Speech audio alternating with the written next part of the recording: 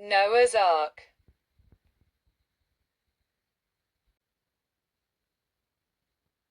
Noah's Ark is the boat in the Genesis flood narrative through which God spares Noah, his family, and pairs of each land animal in the world from a global deluge. Noah's Ark, 1846, by the American folk painter Edward Hicks. The story in Genesis is based on earlier Mesopotamian flood myths. The myth of the global flood that destroys all life begins to appear in the Old Babylonian Empire period, 20th to 16th centuries BCE. The version closest to the biblical story of Noah, as well as its most likely source, is that of Utnapishtim in the Epic of Gilgamesh. Scholars note shared theme, dimensions, and language, but different causes for the flood. Scholars also link its structure to the Jewish temple. Religious traditions from Judaism, Christianity, Islam, Gnosticism, Mandaism, and the Baha'i faith each developed distinct interpretations, often assigning spiritual symbolism to the ark, its construction, or its occupants. Early Christian and Jewish writers, such as Flavius Josephus, believed that Noah's Ark existed.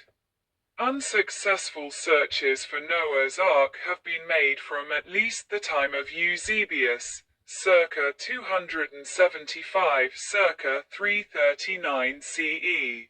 The story is repeated, with variations, in the Quran, where the ark appears as Safinat Nuzo, Arabic, Noah's ship, and Al-Fulk, Arabic. Its cultural legacy endures in literature, theology, art, and large-scale modern reconstructions. Believe in the ark continue to search for it in modern time, but no scientific evidence that the ark existed has ever been found. Nor is there scientific evidence for a global flood. According to Robert Moore, the boat and the natural disaster as described in the Bible would have been contingent upon physical impossibilities. Some researchers believe that a real, though localized, flood event in West Asia could potentially have inspired the oral and later written narratives, a Persian Gulf flood, or a Black Sea deluge 7,500 years ago has been proposed as such a historical candidate.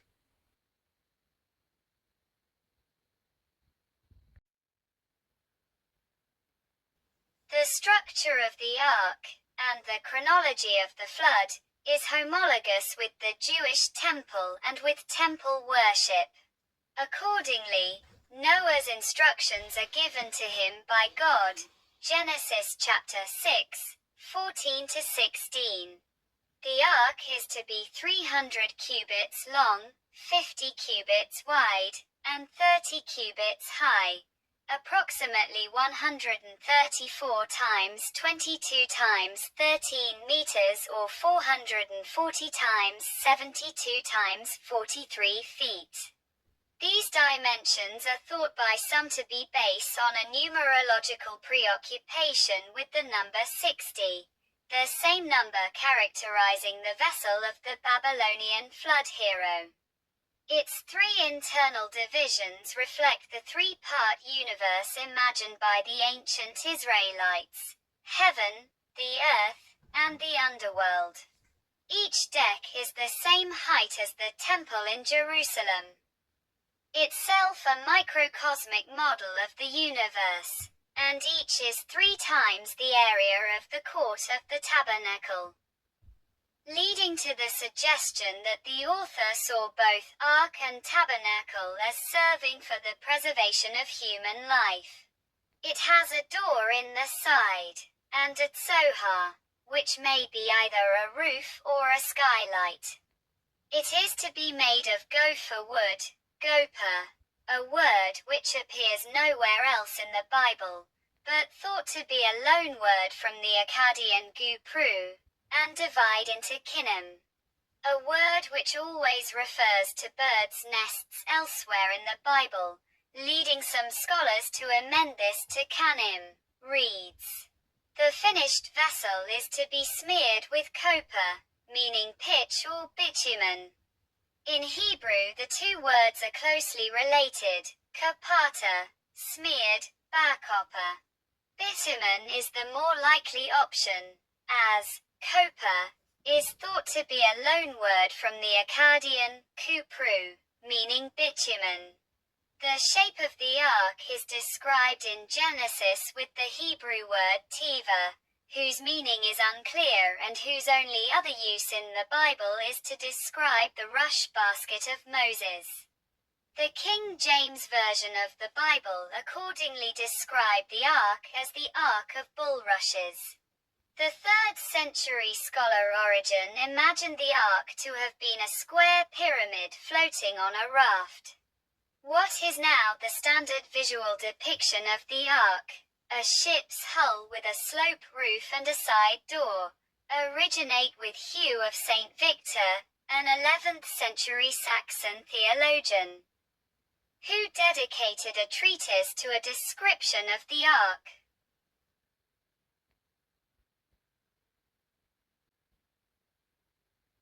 Mesopotamian precursors. For well over a century, scholars have said that the Bible's story of Noah's Ark is based on older Mesopotamian models.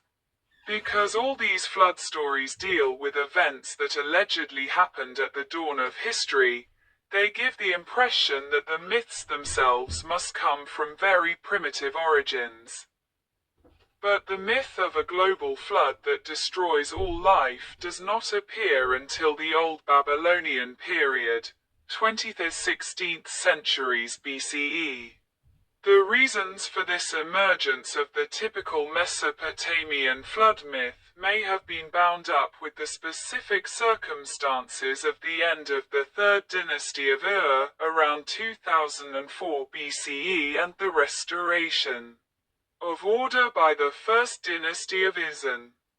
9 versions of the Mesopotamian flood story are known, each more or less adapted from an earlier version. In the oldest version, inscribed in the Sumerian city of Nippur around 1600 BCE, the hero is King Ziusudra. This story, the Sumerian flood myth, probably derived from an earlier version. The Ziusudra version tells how he builds a boat and rescues life when the gods decide to destroy it. This basic plot is common in several subsequent flood stories, and heroes include Noah. Ziusudra's Sumerian name means, he of long life. In Babylonian versions, his name is Atrahasis, but the meaning is the same. In the Atrahasis version, the flood is a river flood. The version closest to the biblical story of Noah is that of Utnapishtim in the Epic of Gilgamesh. A complete text of Utnapishtim's story is contained on a clay tablet date from the 7th century BCE. But fragments of the story have been found from as far back as the 19th century BCE. The last known version of the Mesopotamian flood story was written in Greek in the 3rd century BCE by a Babylonian priest named Berossus. From the fragments that survive, it seems little changed from the versions of 2000 years before. The parallels between Noah's Ark and the arks of Babylonian flood heroes Atrahasis and Utnapishtim have often been noted. Atrahasis's ark was circular, resembling an enormous cover, with 1 or 2 decks.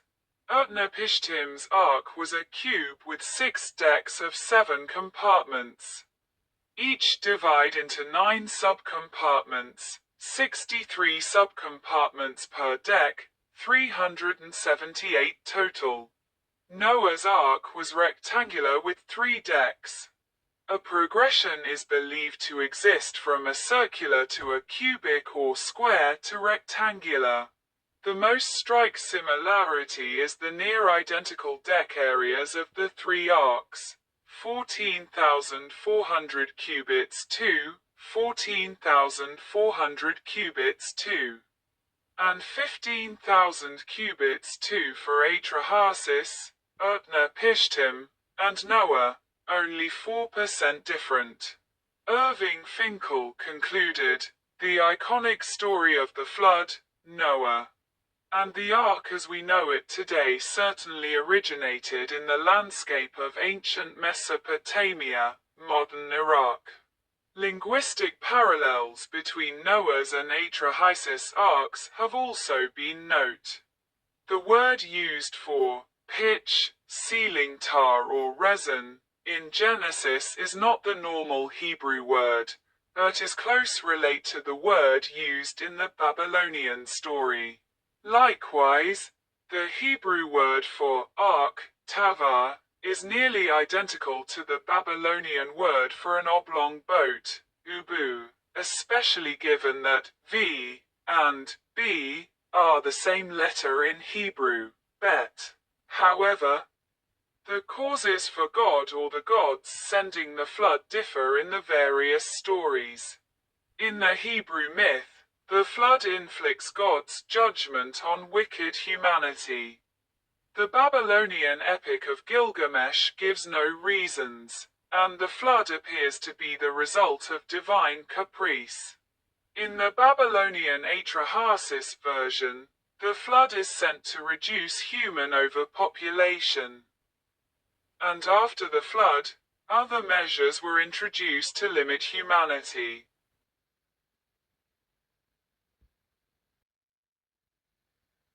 Composition. A consensus among scholars indicate that the Torah, the first 5 books of the Bible, beginning with Genesis, was the product of a long and complicated process that was not complete until after the Babylonian exile. Since the 18th century, the flood narrative has been analyzed as a paradigm example of the combination of 2 different versions of a story into a single text, with one marker for the different versions being a consistent preference for different names, Elohim and Yahweh, to denote God. Rabbinic Judaism.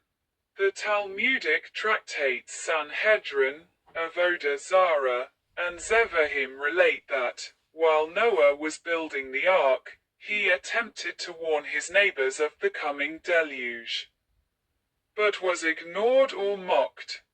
God placed lions and other ferocious animals to protect Noah and his family from the wicked who tried to keep them from the ark.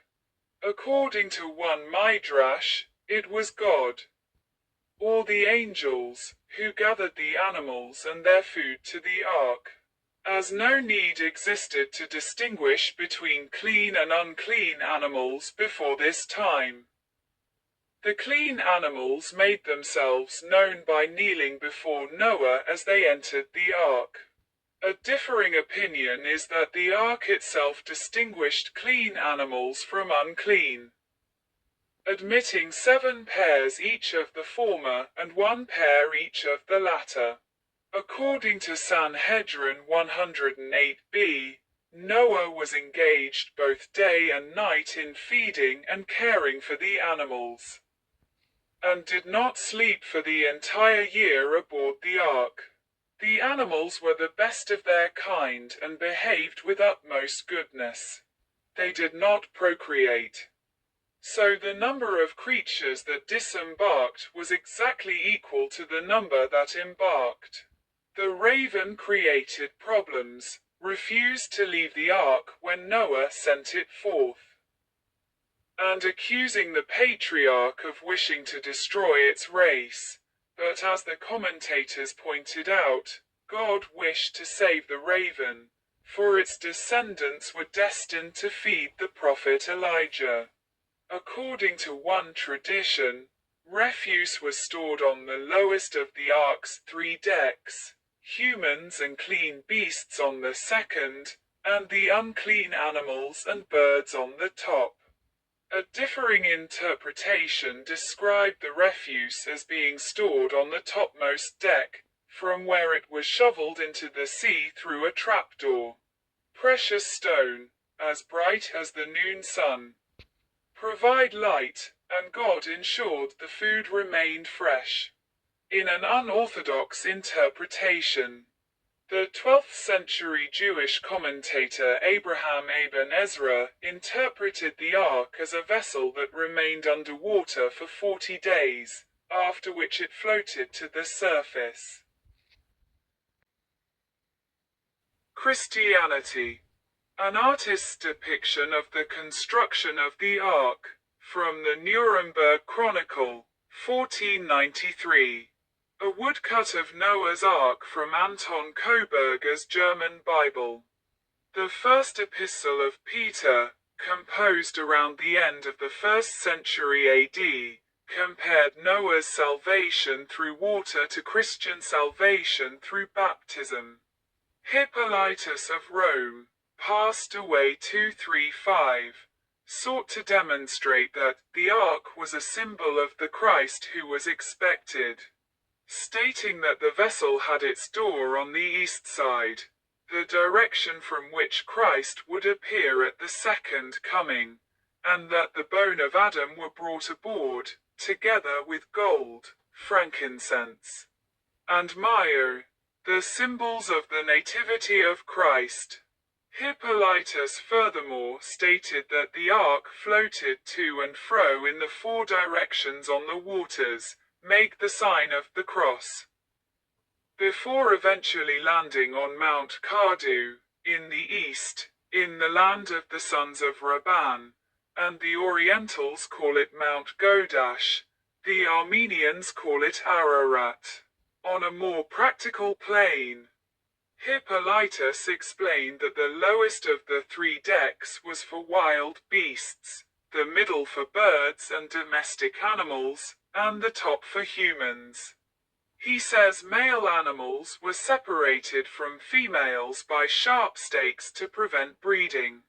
The early church father and theologian Origen, circa 182 circa 251 AD, in response to a critic who doubted that the ark could contain all the animals in the world, argued that Moses, the traditional author of the book of Genesis, had been brought up in Egypt and would therefore have used the larger Egyptian cubit. Noah's Ark by Theodore Polakis, 1650–1692, depicting animals traveling to an ark. He also fixed the shape of the ark as a truncated pyramid, square at its base, and tapering to a square peak 1 cubit on a side. Only in the 12th century did it come to be thought of as a rectangular box with a slope roof. Early Christian artists depicted Noah standing in a small box on the wave, symbolize God save the Christian church in its turbulent early years. Augustine of Hippo, 354–430, in his work City of God, demonstrated that the dimensions of the ark corresponded to the dimensions of the human body, which according to Christian doctrine is the body of Christ and in turn the body of the Church. Jerome, c.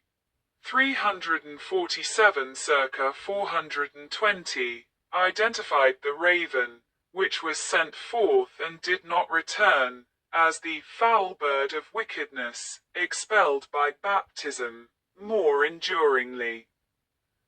The dove and olive branch came to symbolize the Holy Spirit and the hope of salvation and eventually, peace. The olive branch remains a secular and religious symbol of peace today. Gnosticism. According to the Hypostasis of the Archons, a 3rd century Gnostic text, Noah is chosen to be spared by the evil Archons when they try to destroy the other inhabitants of the earth with the great flood. He is told to create the ark, then board it at a location called Mount Sur. But when Norea wants to board it as well, Noah attempts to not let her. So she decides to use her divine power to blow upon the ark and set it ablaze. Therefore Noah is forced to rebuild it.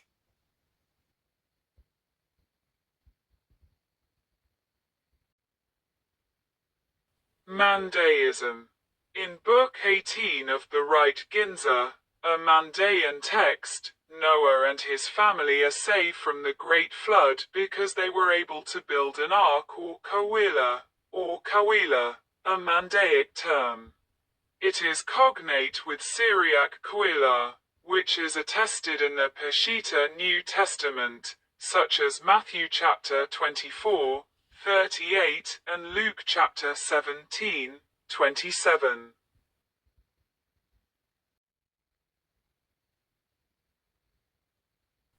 Islam. Persian miniature from Hafiz Abruz Majma al-Tawarik. Noah's Ark, Iran, Afghanistan, Herat. Timur's son Shah Rukh, 1405 to 1447, ordered the historian Hafiz Abruz to write a continuation of Rashid al-Din's famous History of the World, Jami al-Tawarik. Like the Ilkhanids, the Timurids were concerned with legitimizing their right to rule, and Hafiz Abruz, a collection of histories, covers a period that included the time of Shah Rukh himself.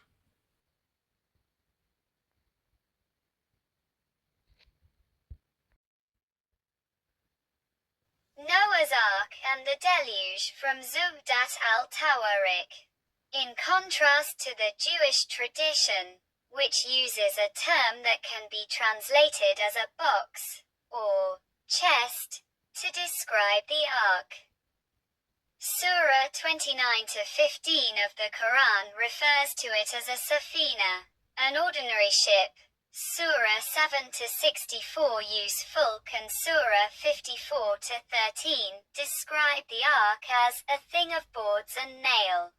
Abd Allah ibn Abbas, a contemporary of Muhammad, wrote that Noah was in doubt as to what shape to make the ark, and that Allah revealed to him that it was to be shaped like a bird's belly and fashioned of teak wood.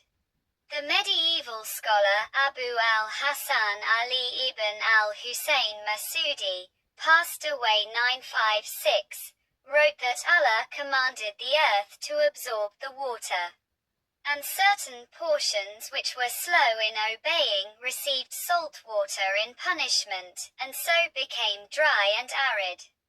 The water which was not absorbed formed the seas, so that the waters of the flood still exist. Masudi says the ark began its voyage at Kufa in central Iraq and sailed to Mecca, circling the Kaaba before finally traveling to Mount Judi, which Surah 1144 give as its final resting place. This mountain is identified by tradition with a hill near the town of Jazirat ibn Umar, on the east bank of the Tigris in the province of Mosul in northern Iraq. And Masudi says that the spot could be seen in his time.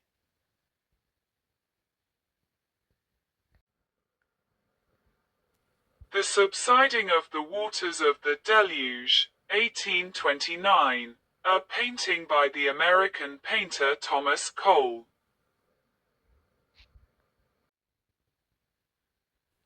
Baha'i Faith. The Baha'i faith regards the ark and the flood as symbolic. In Baha'i belief, only Noah's followers were spiritually alive, preserved in the ark of his teachings, as others were spiritually dead.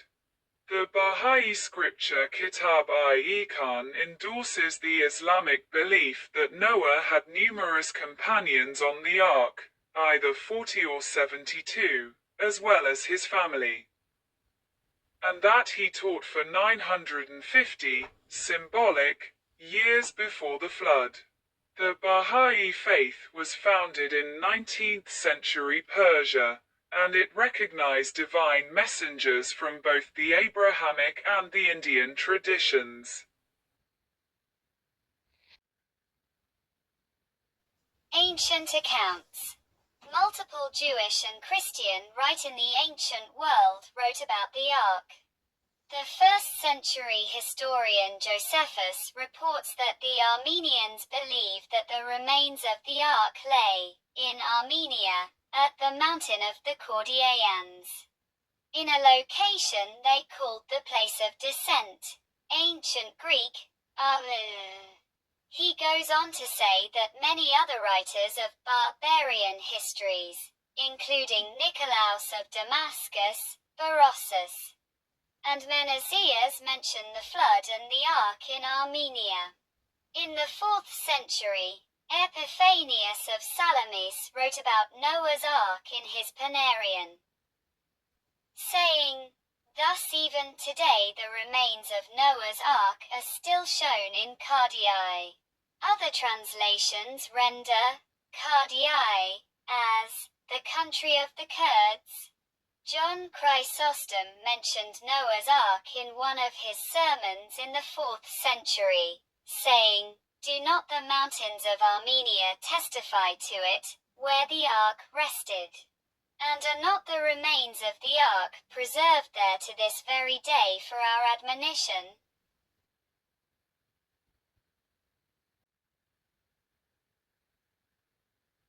The first edition of the Encyclopaedia Britannica from 1771 described the Ark as factual. It also attempts to explain how the Ark could house all living animal types. Buteo and Kircher have proved geometrically that, taking the common cubit as 1.5 feet, the ark was abundantly sufficient for all the animals supposed to be lodged in it. The number of species of animals will be found much less than is generally imagined, not amounting to 100 species of quadrupeds. It also endorses a supernatural explanation for the flood.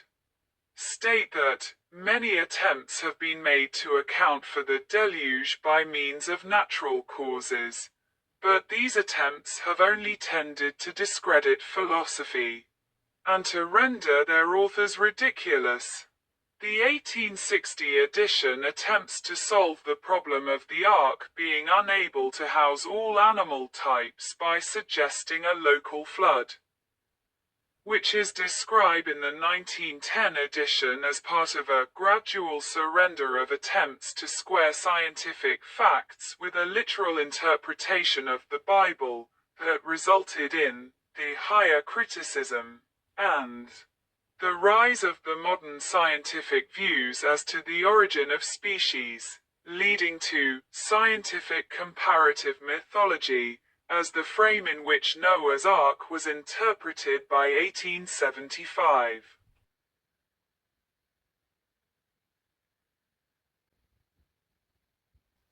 Ark's geometry.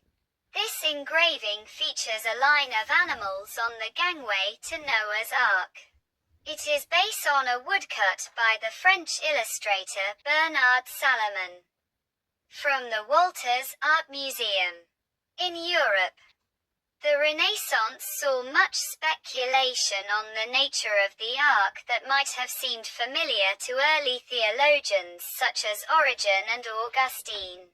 At the same time, however, a new class of scholarship arose, one which, while never questioning the literal truth of the Ark story, began to speculate on the practical workings of Noah's vessel from within a purely naturalistic framework.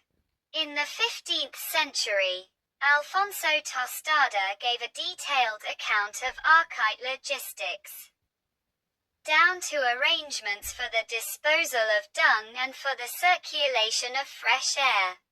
The 16th century geometer Johannes Buteo calculated the ark's internal dimensions, allowing room for Noah's grinding mills and smokeless ovens, a model widely adopted by other commentators. Irving Finkel, a curator at the British Museum, came into the possession of a cuneiform tablet from present-day Iraq. He translated it and discovered an hitherto unknown Babylonian version of the story of the Great Flood. This version gave specific measurements for an unusually large kuffa, a type of coracle. His discovery led to the production of a television documentary and a book, The Ark Before Noah. Decoding the Story of the Flood, 2014, summarizing the finding. A scale replica of the boat described by the tablet was built and floated in Kerala, India.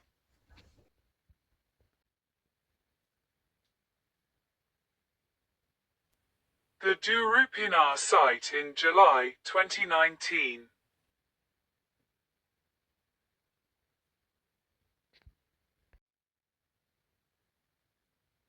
Searches for Noah's Ark. Searches for Noah's Ark have been made from at least the time of Eusebius, circa 275 circa 339 CE, to the present day. In the 1st century, Jewish historian Flavius Josephus claimed the remaining piece of Noah's Ark had been found in Armenia, at the mountain of the Cordyaeans, which is understood to be Mount Ararat in modern-day Turkey. Today, the practice of seeking the remains of the Ark is wide regarded as pseudo-archaeology. Various locations for the Ark have been suggested but have never been confirmed. Search sites have included the Durupinar site on Mount Tenderek and Mount Ararat, both in eastern Anatolia. But geological investigation of possible remains of the Ark has only shown natural sedimentary formations. While biblical literalists often maintain the Ark's existence in archaeological history, its scientific feasibility, along with that of the deluge, has been rejected.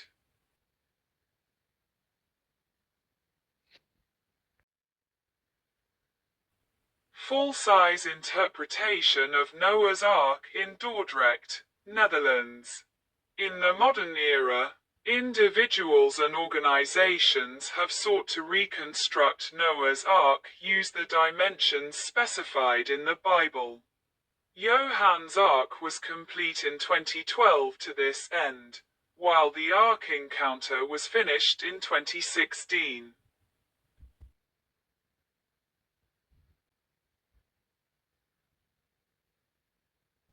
The Ark Encounter.